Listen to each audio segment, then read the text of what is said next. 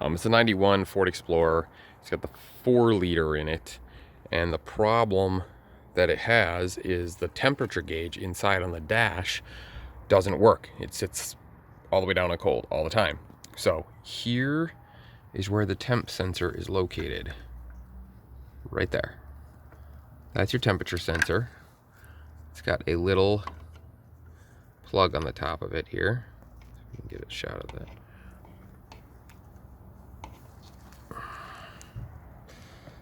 And it's got a little plug. Just use my needle nose pliers. Pull it straight up. Easy for me to say, right?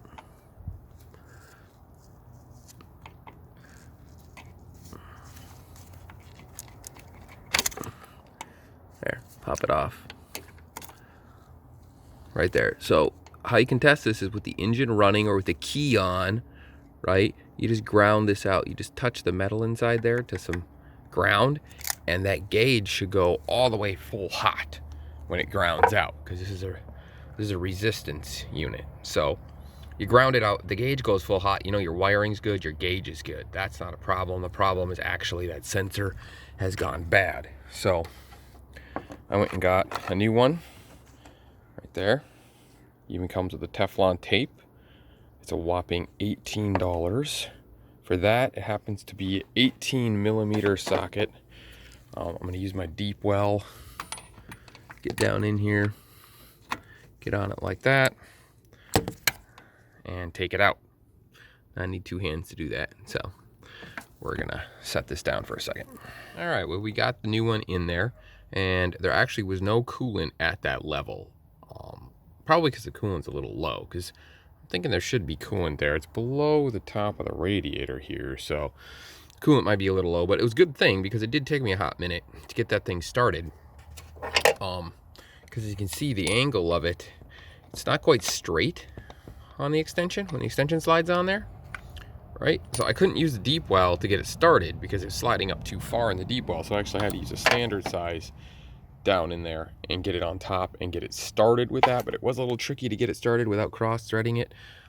It should be good now. We're going to start it up, and we're going to make sure that the car comes to temp, make sure the temp gauge works, and make sure it doesn't leak. There's the old one. Yeah, that's been in there for a while, I'd say. There we go. A little gunky.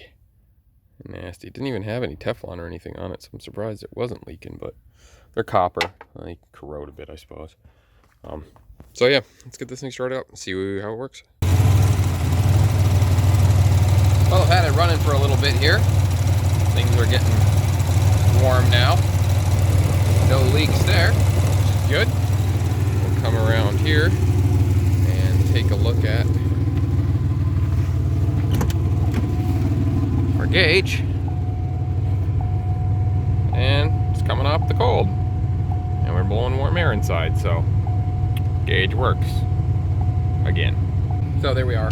Simple way to check to see if it's your gauge or your sensor. You just ground that wire out and your gauge should go to full hot, and if it's the gauge, there's where it's at, or if it's the sensor, there's where it's at, and there's where you change it. So pretty simple, pretty easy. Hope you enjoyed it. Stick around. We've always got more videos coming, more projects in the driveway, stuff to do, see more stuff happening here. Thanks.